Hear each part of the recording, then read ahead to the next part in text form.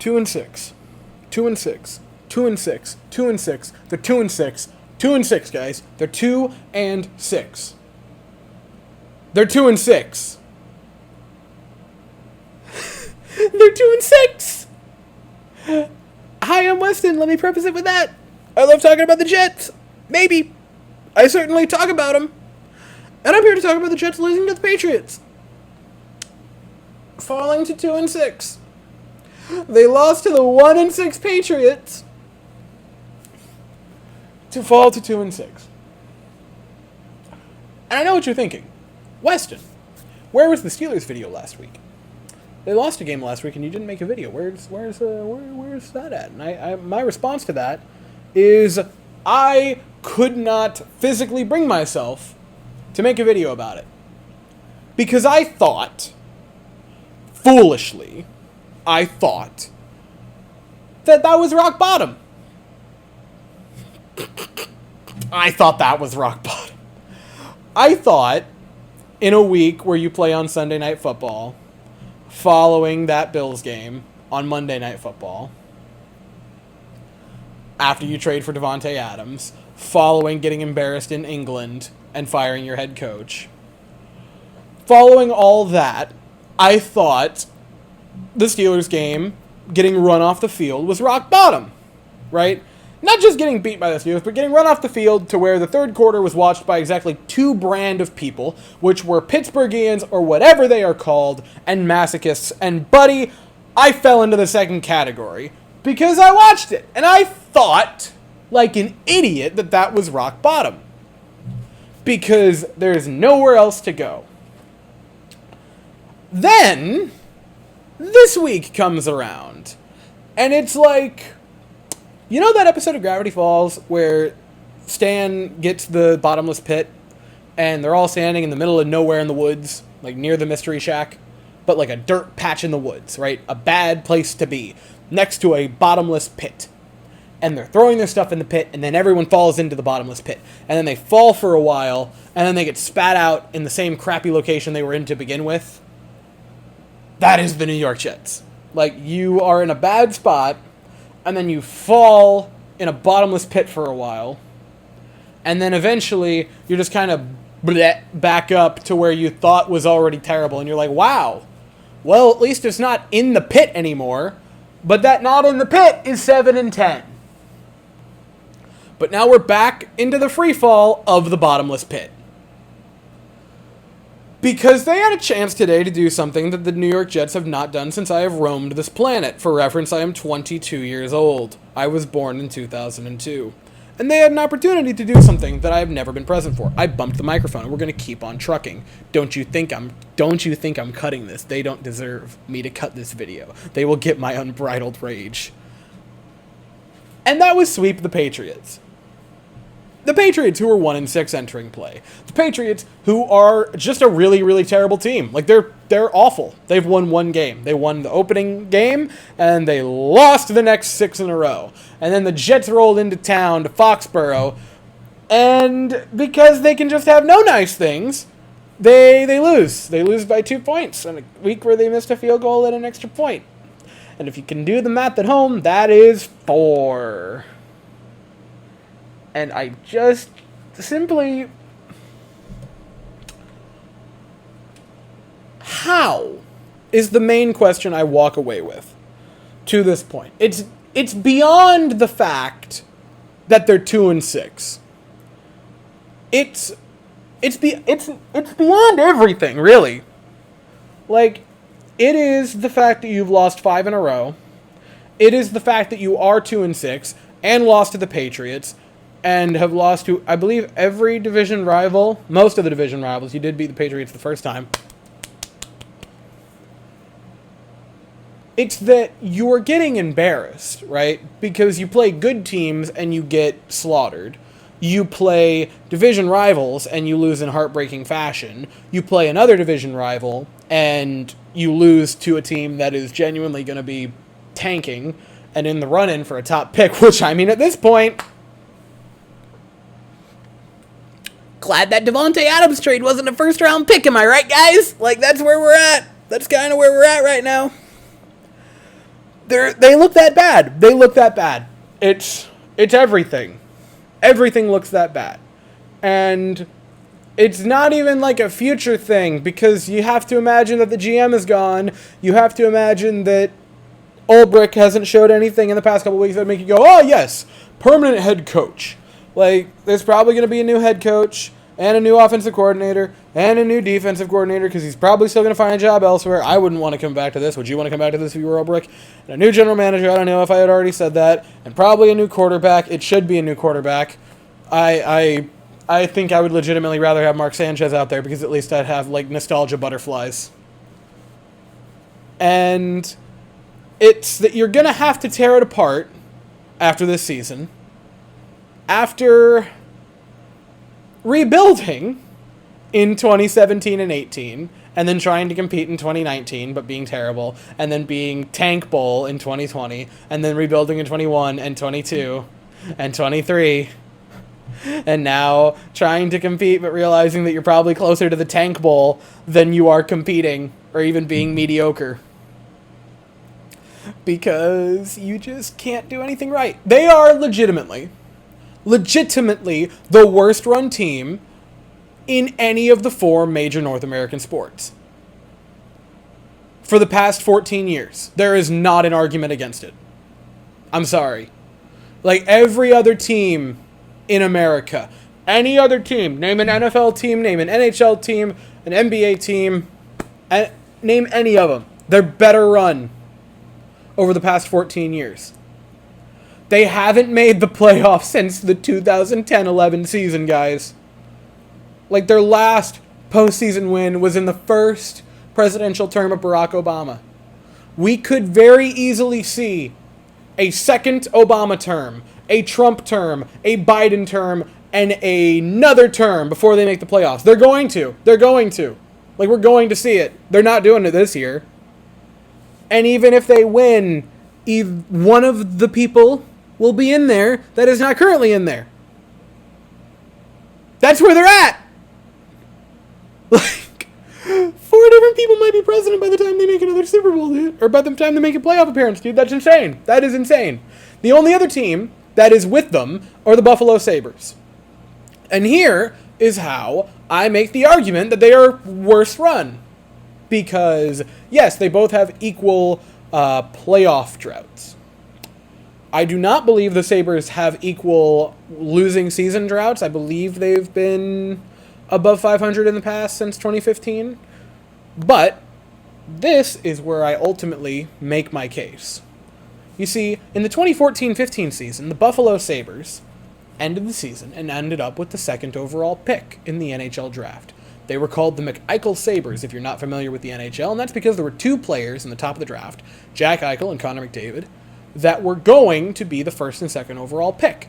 Everyone wanted McDavid for obvious reasons. Now he's the best player on the planet, and is probably going to end up threatening by the end of his career to be considered better than Wayne Gretzky, if you need any reference to how good this player is.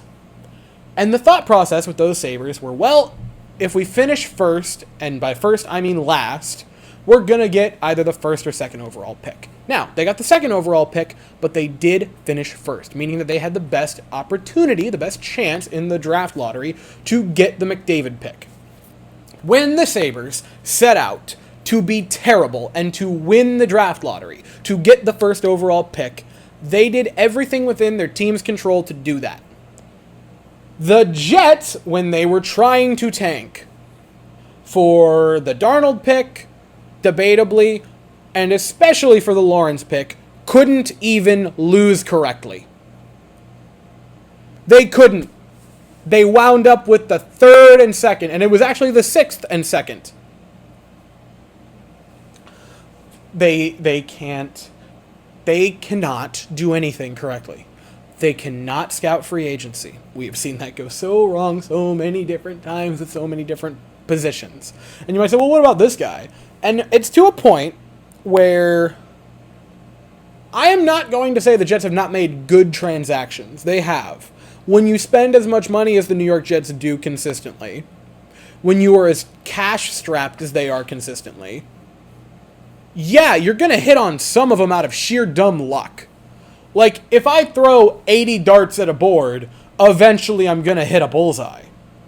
Whereas if other teams only throw like 3 and they hit the same number of bullseyes, I'm not going to go, wow, they're both equally good at free agency. I'm going to go, wow, that team is good. You're a meme. Like, there are too many Tremaine Johnsons in the Jets organization for me to give them praise for a DJ Reed. And there are too many picks that were gone within not even a season for me to overtly praise the Garrett Wilson, Breece Hall, and Sauce Gardner picks. Right? There are too many Becktons. There are too many... I don't even remember the people they drafted in 2019 after Quinnen Williams. Does it even matter? There are too many... I don't even remember in 2018 after Sam Darnold. Does it even matter? For me to loft praise upon you.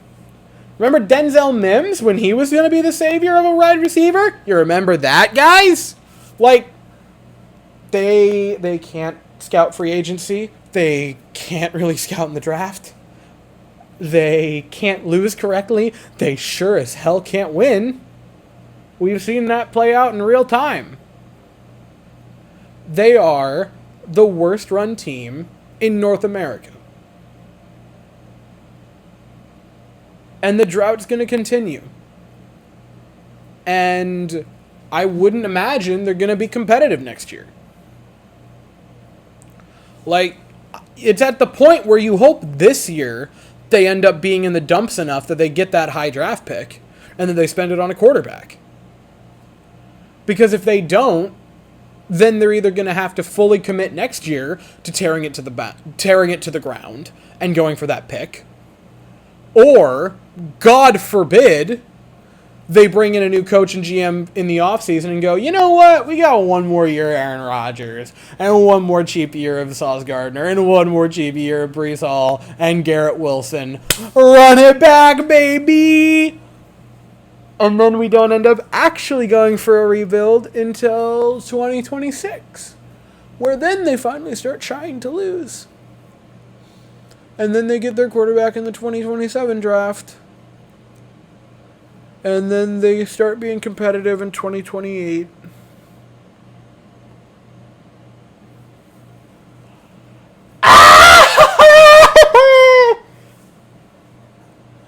They're 2-6. They're 2-6. What's funny is I can so vividly remember the Aaron Rodgers press conference. I was over in St. Petersburg. I was visiting my cousin. I was visiting, if I'm not mistaken, I wasn't visiting friend of the channel Noah yet. I was just seeing the Astros play over in St. Pete, over against the Rays. And I said I wasn't going to buy into the Rodgers thing. But then I watched that press conference, and I heard the things he said.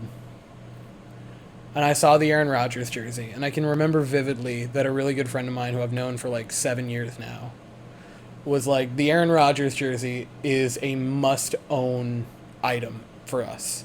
Because either A, it works out the way we all hope it does, or B, you need more lore for the closet.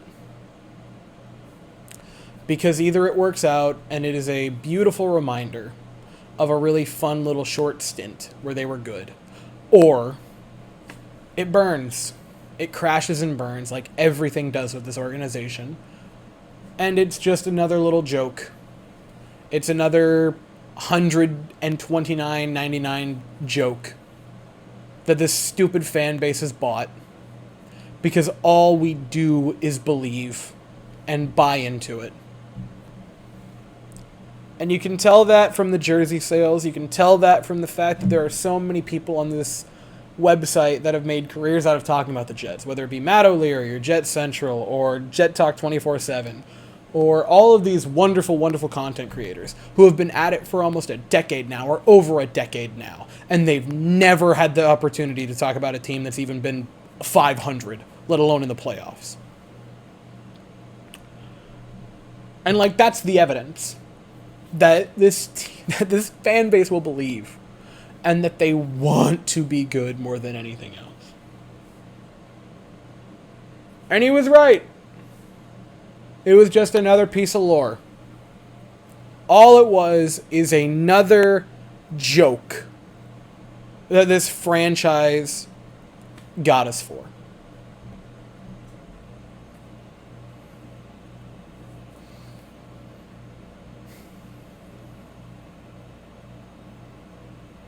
And I just don't know when it even starts to get better.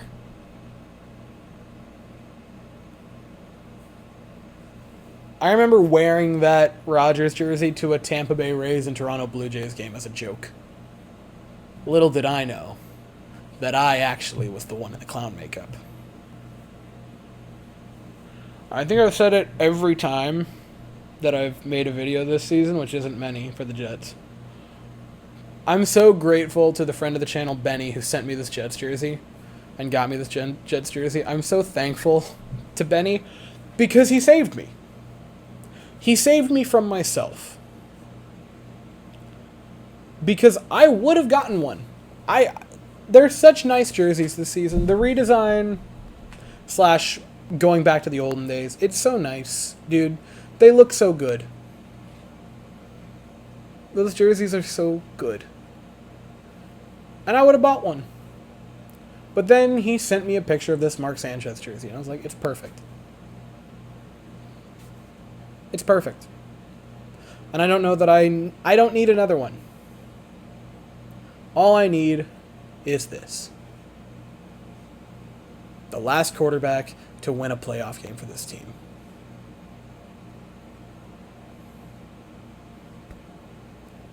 And I've said it a few times. Every single year, you get closer and closer to the Bills drought that everyone would not let them live down. Every passing year, it gets closer and closer in the mirror. And if I'm right on how I just laid it out, you're going to surpass them. But we'll still all be here. Every single one of us. Because one day, they're going to come out of it.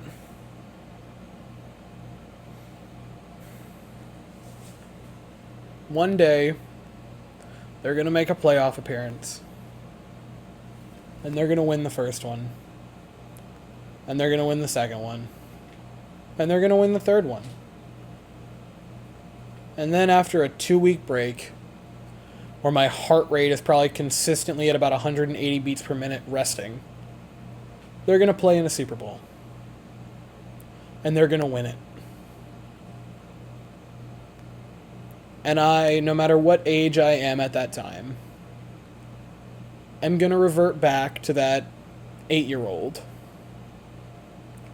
wearing a youth small or youth medium or whatever it was, Mark Sanchez jersey, sitting in my family room, watching him beat the Patriots to advance. I'm going to revert back to him.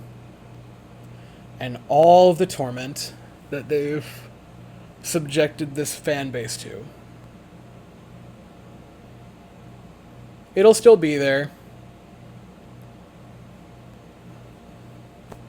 But the pain of it is going to melt away.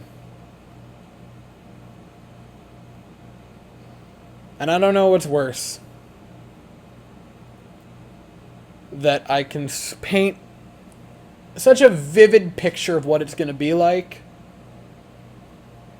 or that with every fiber of my soul, I truly, truly know it's going to happen.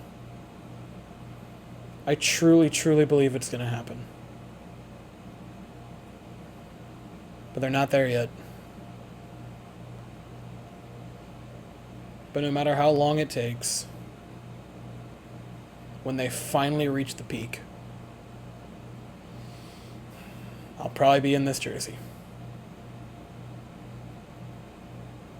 And regardless of how anything else shapes out, there will be a video for it. 10 or 20 years down the line, if it takes that long. I promise. Even if this channel lays dormant for a decade. Like, even if I decide at age like 30 to stop making videos.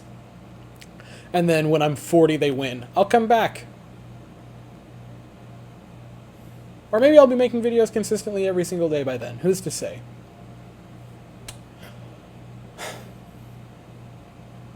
They play Houston on Thursday, guys. They play Houston Thursday, dude. That's crazy. What a great Halloween stream that would be, eh? We might have to call an audible. It might be too perfect to pass up. But as for this evening and tonight, that is all I have to say. So if you enjoyed the video, please consider to like and subscribe. Thank you all so very much for watching. I hope you all have an absolutely fantastic day, and as always, go Jets.